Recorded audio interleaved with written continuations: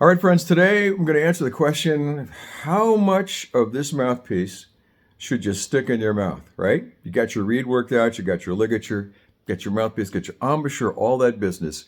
We're not going to talk about any of that. What we're going to talk about is how much of this buzzer, this noisemaker, should you put in your mouth? And the thing is as we'll see in this today's lesson, is that it varies. You can really change the sound just by how much of the mouthpiece you're causing to make noise. How much of it is in your mouth?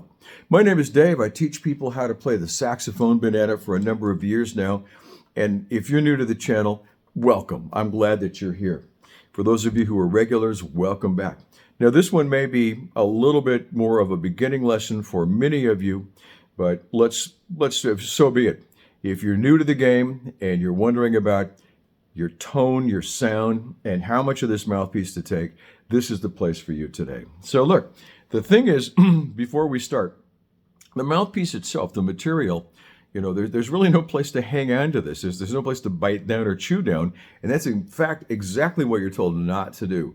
You're told to do a lot of things, and none of which are chew on the mouthpiece or bite down. So you're wondering about grippage, right? I mean, the saxophone, you've got your thumb post here. You're not really supposed to hold the saxophone up with your thumb post, by the way. That's just moving it in and out. You've got this thumb button right here. Your hands have to do a lot of things. And the saxophone mouthpiece sort of rests on the fulcrum of your lower lip. Fulcrum, that's a word we all learned in geometry class in high school. Fulcrum, right? There you go.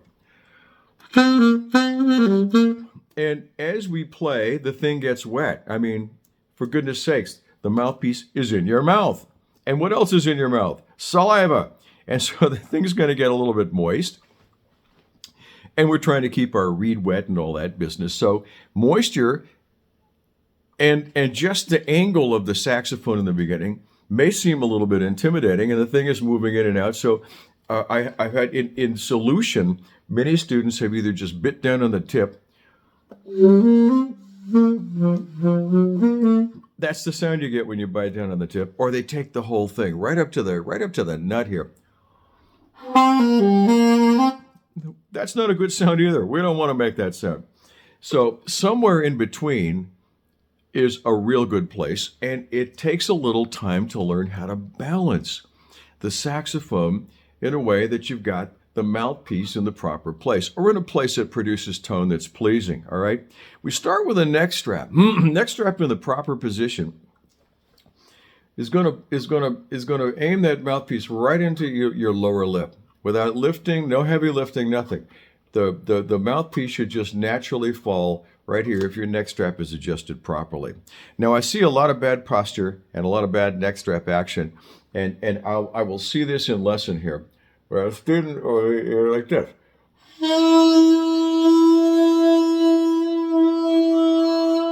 You getting that? Or the opposite. That really affects the sound a little bit because we're impacting the reed's ability to vibrate. Now, many of you have watched videos of David Sanborn, and right now I can hear you saying, well, he had his mouth right too.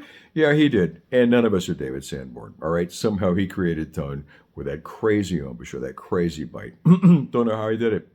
That's his business.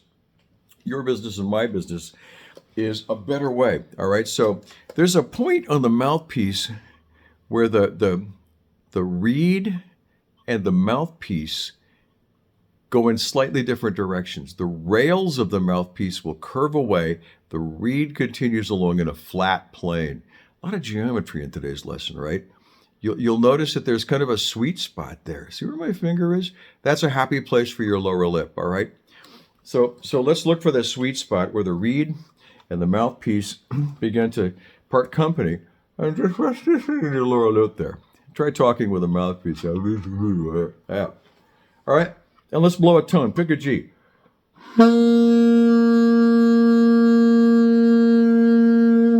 No biting, no pressure.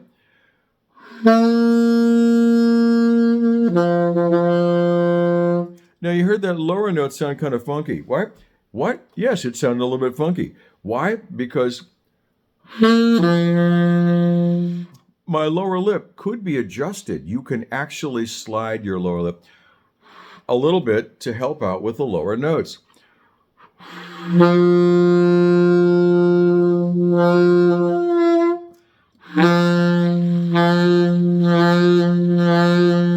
Hear what's happening as I'm moving my lower lip? Why don't you try that at home? It's honestly okay to move your lower lip in smaller increments as you try to reach for some of those lower notes. And we'll get rid of that at the beginning if our lip is too close to the tip of the mouthpiece.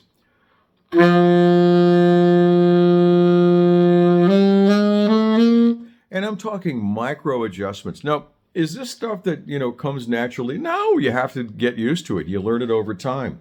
You practice this business over time.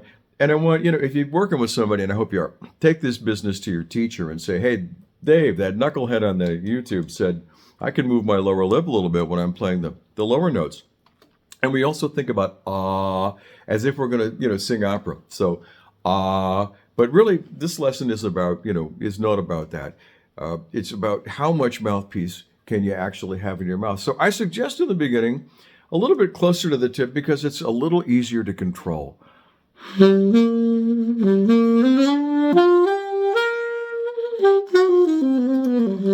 As you get better and better at it, you can take a little bit more mouthpiece, let more reed vibrate, and produce more tone, sound, and projection.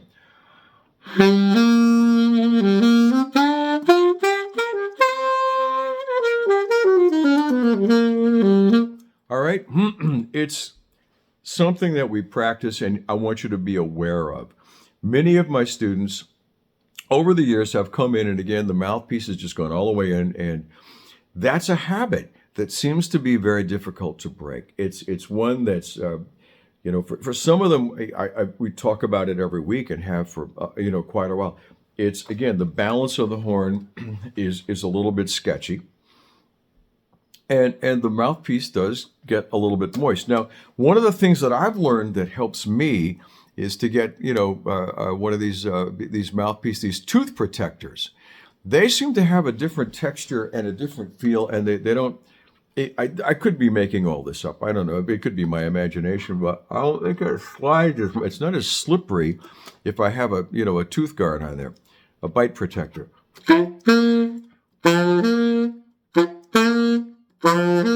Now, I moved my lower lip. I got the better lower sound. When I didn't, I got the right?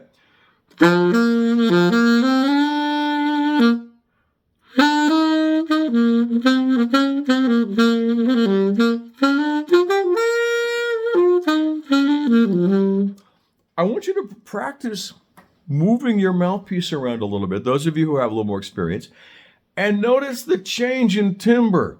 It will change a little bit.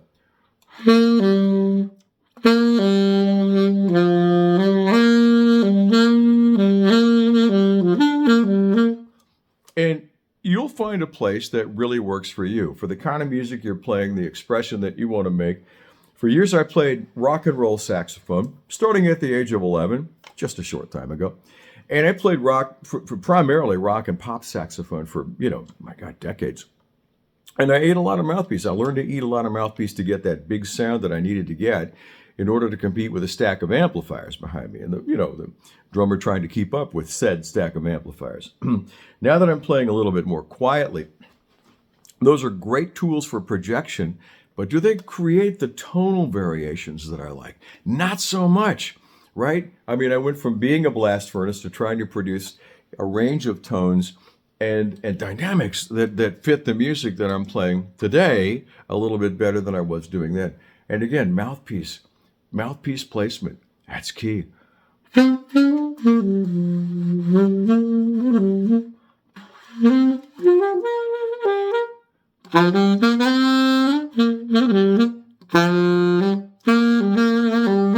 All right, I hope this helps. If you have any questions, leave them in the comments below, and I will get back to you. Or you can reach out to me. I'll put my contact information, my Gmail address. I'll put that in the comments below too. All right, that's all I got.